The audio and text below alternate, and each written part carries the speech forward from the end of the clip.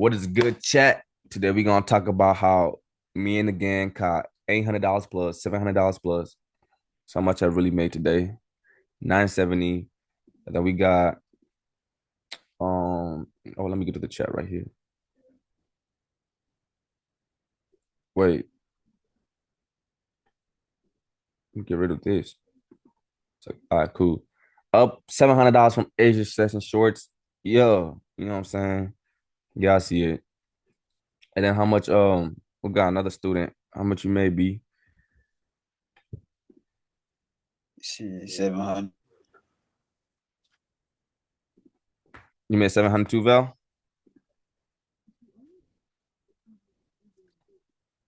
Why Val always muted himself when I need him, bro? Dude, always go quiet. All right, leave Val alone. All right, moving forward, bro. We all made some bread today. Um, but let's talk about how we made the bread skis, because that's important right there. How do we actually make the bread? So last night I explained how this daily imbalance is gonna get tapped into. Why? Because we have liquidity there, and market hunts liquidity. If we're right here, bro, where my finger is, if we're right here, and we have liquidity right here, and we have liquidity right here, price is gonna take out internal before it takes out external. Okay. And if it does take out external, internal is next. No biggie. Don't overcomplicate it. But in this case, internal got took, right? So around 3 a.m., that's London session. London session really starts at 2 a.m., ends at 4 a.m., I believe. Well, the kill zone ends at 4 a.m. But we made highs there. We made liquidity up there. We have liquidity up here. That is London high. Okay. And during London session, after we hit the daily imbalance, all right, let me get rid of this. Distracting me. After we have the daily imbalance filled right here, right? Now price is like, okay, now I'm a bit satisfied. I just took out liquidity on the upside. Now I want to eat some more liquidity, but on the downside, because that's what the liquidity is now. That's what we just created. After we are up here, all this price action from the swing low to the swing high, every previous low has liquidity. Liquidity, liquidity got swept, and liquidity right here. So if we're in London session and we already hit a daily imbalance, right? All you really need to do is drop time frames and you're looking for a break of structure. That's all you're waiting for. The bread and butter to form. Because why? You know where your liquidity is. It's Asia lows, bro. And it's New York AM lows. Since this one already got swept. So you can also do something like this too. That's also liquidity. Not just on a session lows and highs, but every low, bro, I look at it as liquidity. But obviously some lows are stronger than others.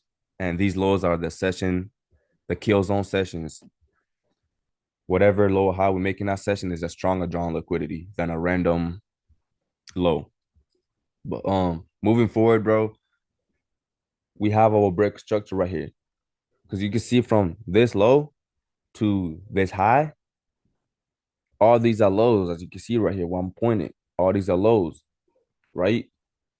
But this one got broke, as you can see. Boom, right? Got broke. After it got broke, we did have a fair value gap up there, but that's not the bread and butter. Bread and butter happens after we break. We want a fair value to offer under the bread and butter. If you want to be a risky boy, you can go take up that one, but I'm not. That's not the bread and butter. You're not taking the bread and butter if you do that, and you're not following the bread and butter rules.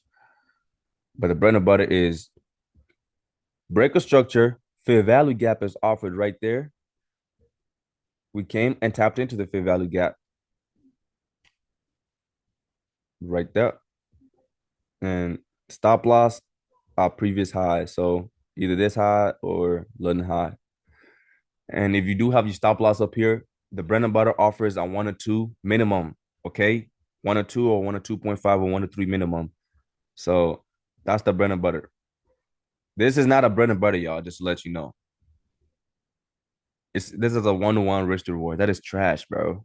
Reduce your risk if you want a good risk to reward. That's a 1 to 3 right there because the risk is reduced, and it's not a random area you put in stop loss. As you can see, even if I go to the line chart, these are previous highs, and I'm putting my stop loss on. So if it breaks these previous highs, it means that the bread and butter did not actually form, or if it did form and it broke the previous high, it just means it's not ready. It's not you. It's the market. You're not gonna be perfect all the time. It's like catching these snipes took me 3 years to fucking master. So I'm just let y'all know, like it's not you're not gonna be perfect every time, and I still haven't mastered these. Like them zero drawdown trades. Don't look for that 90% or 99% or 100% win rate. It doesn't exist, bro. I'm gonna keep it a buck, and the more I try to make it exist, it doesn't exist, bro. You just have high probability setup and low probability setup. And the bread and butter offers a high probability setup, but low risk, high reward. Always remember that. Low risk, high reward. We don't risk more than we don't do that. That's that's not even trading for me, bro. That's like gambling. Like, what is this? Why would you want to risk this much to make this much? I mean, does that even make sense? This should not make sense to me, bro, at all. But if you are comfortable with it, then it makes sense to you, and that's all that matters. But that shit don't make sense to me, so don't even try to explain it. But that's the bread and butter, y'all. You gotta be aggressive with the bread and butter. The bread and butter, it can't be operated by no fucking um, what do you call it? Them seals or fucking yeah, sea puppies or whatever. Nah, you gotta be a shark to operate the bread and butter, cause you're hunting, bruh. That's what the bread and butter is based off of. You're hunting liquidity. What do banks do? They hunt liquidity. They create drawn liquidity. They mitigate their positions. That they hunt the stop losses of retail traders, which put the stop loss above highs, below lows, and yada yada yada. All we gotta do is understand that, and that's what the bread and butter is, without overcomplicating it. We just look for liquidity, wait for a break structure, wait for fair value to get offered, execute. The target is always gonna be liquidity. So wherever you enter, let me go back. If you enter right here on that break structure, as you can see, this Asia low is your liquidity level, right? Um, if you want to be greedy and take out more lows, you could do that, but it's not even really greed, bro. If you have a good risk reward, but it's greed if you don't have a if you just like I don't know what price is going, but I'm gonna just keep taking price on the downside until it doesn't want to go. That's no, don't do that, bro. Do that only if you have money that you don't care about.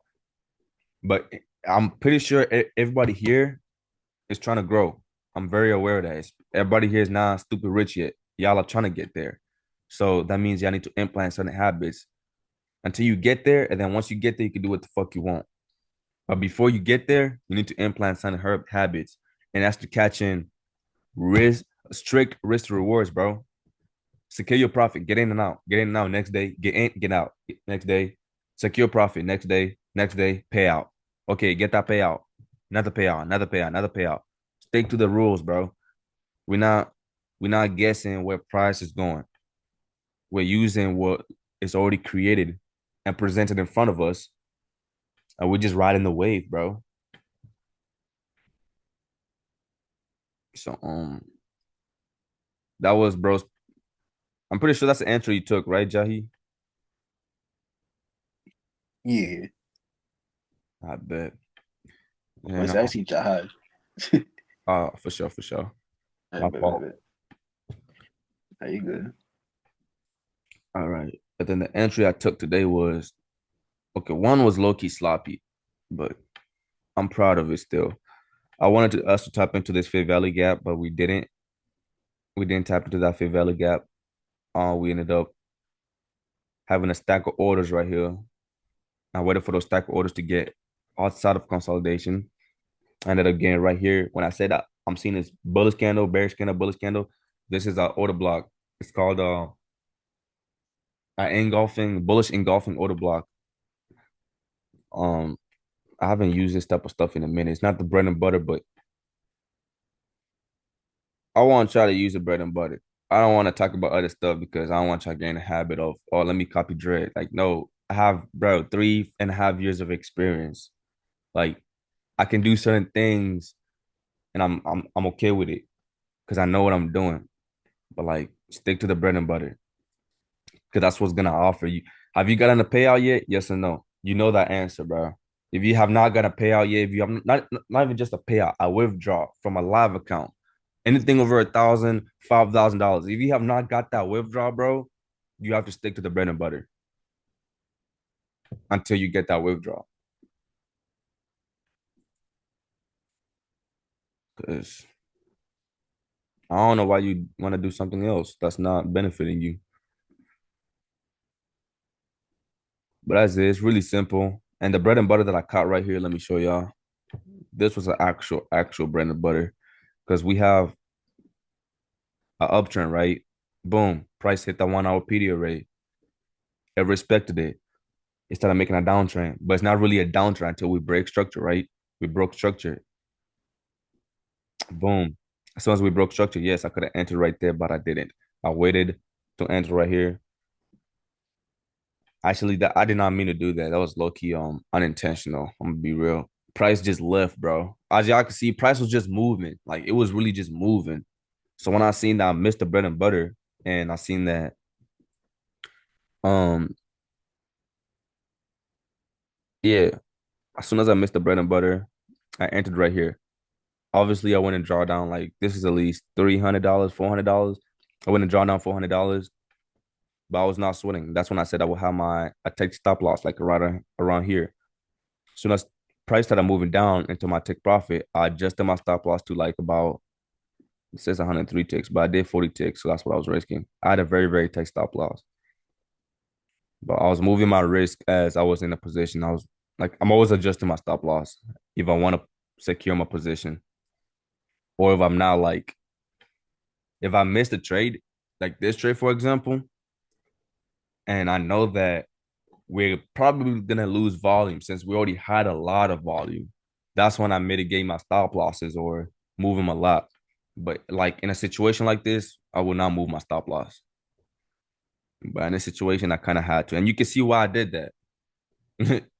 Kind of had to. I knew I was not in the best location for a short, but I knew that price is gonna sell. And how did I know price was gonna sell? Mm, mm, mm, mm. Boom. Let me. Well, where's the there we go, there we go. I don't want to have too much stuff on my screen, but I'm probably gonna delete this afterwards.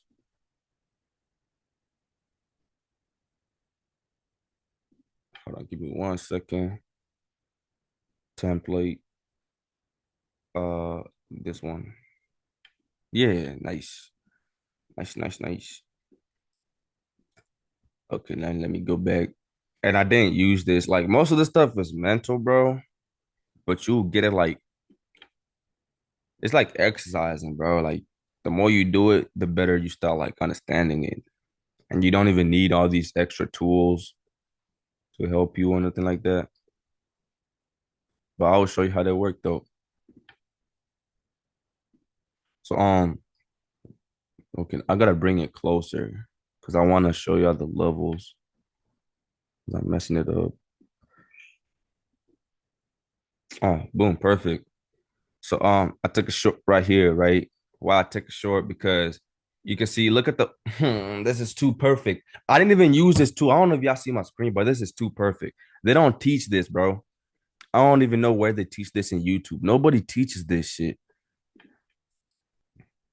There's one person I've seen teach about using this fib. Well, they didn't even teach about using it. They just gave the recommendations for the settings. It was ICT, but he didn't even show people how to use it at all. Bro just marked out some ranges and said, watch out for these ranges. I'm like, okay, but what am I watching out for specifically? Like, you gotta be specific. So I made my own little thing out of it because I'm very specific, bro. I need price to be Well, not specific, but my strategy needs to be specific. So first level, we're going this is a one level. This is 0 point the 75 level, 0.75, 0.50, 0.25, and zero. So on the first level, what the price do? The body's respected the level. That wick is cool and all, but after I missed the bread and butter, bro, look at this. We broke structure, offered fair value after the break structure, retrace, right? When we retrace, look at the bodies, bro. They're staying on that one level. It's staying right there. The bodies are not going above it. It's respecting that level, right? As long as the bodies respect that level, I was able to enter on under the 25, under the 75 I met. I bet. Under the 75 I entered because price already respected this level. So I could have really taken an entry anywhere around this whole range, but under the 75, I had the highest probability because we ended up having a full body close under the 75 level, which this candle continued, took me to the 25 level. Um, and in between the 25 and the zero, that's when you can start taking your stop loss in the 50%. I mean, your take profit. Why did I say taking your stop loss? It doesn't make sense taking your fucking stop loss. But we took take profit right here, and it was just a snipe, bro. But these levels, without overcomplicating it, they're just good because that's where liquidity is, bro. Like if you look at the 15-minute, you're gonna see this giant imbalance, right? It's giant imbalance. If you don't want to complicate what I just did, y'all, you can make shit simple. You can draw a Fibonacci from the high of that imbalance to the low of that imbalance. And once you do that, um, how should let me do? I just don't want this to pop up again, but and once you do that,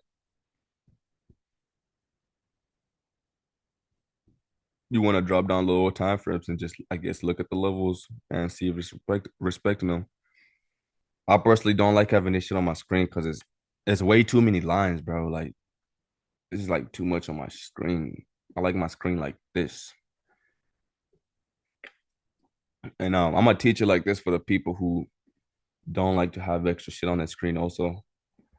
So, you see the 15-minute imbalance, right? We're up here. You know that price needs to feel this sooner or later. It might not be right now or later, but it needs to feel this, bro. So you just drop down to the lower time frame and you start to see, like I said, break structures. First one, boom. And after you break a structure, all you're waiting for is for one or two. So stop loss will be at the previous high of that candle or body. It doesn't matter. And then you need to have a one or two risk to reward. That's the minimum. That's a one of 2.6. It hit. So that's a simple version, y'all. You don't need to complicate shit. I don't even know why I explain it like that, but my brain understands. That's why I explain it like that. But if you don't understand it, um, simplify, man. Just wait for a breaker structure, target out one or two. And especially if you don't have liquidity clear on the downside, that's the one or two. It helps you with that one or two because you already have a target. This gives you a target. You know that if you enter right here and price hits your one or two, just get out. It don't matter if price keeps going. Your target was on one or two, right? So take the one or two. But what you don't want to move is this. You want to adjust your risk because you can always adjust your risk. Like if you're risking $400 to make $600, right? And you're like, damn, I don't really want to risk 400 to make 600. And you're already in a position, and you're like, okay, if the position wants to reverse on me, I'm not comfortable losing 400. You can break even, bro. So you lose zero, or you can de-risk where you're risking $100 for 600. So like the bread and butter and risk management like coexist, bro. You have to use risk management to execute on the bread and butter. That's why you see me talking about risk to rewards a lot and best placement for your stop loss and best placement for your take profit. Because if you're in a position, bro, that trade does not matter until you get the money. Like it's really irrelevant until you execute, until it hits your TPO stop loss. But a trade is highly irrelevant until it plays out, bro. And you have to keep that in mind. I'm in a position right now. I am not done. My goal is to execute. Doesn't mean you're marrying that position. You just have a goal. And with that goal, your main objective is secure that position. And I'm not talking about like be greedy and you see $300-400 and you're like, oh, let me just close out with, and it has not hit your target yet. No, that's not what I'm talking about. Have your analysis plan before with your risk to reward. If you want to catch a 1-2-2, then catch that 1 or 2, bro. Don't go for a 1 or 3. Don't go for a 1 or 4. Stick to your risk to reward, bro. Mm, that's how you're gonna be disciplined. Don't look at the money. Just follow the system. And yeah, I'm done recording.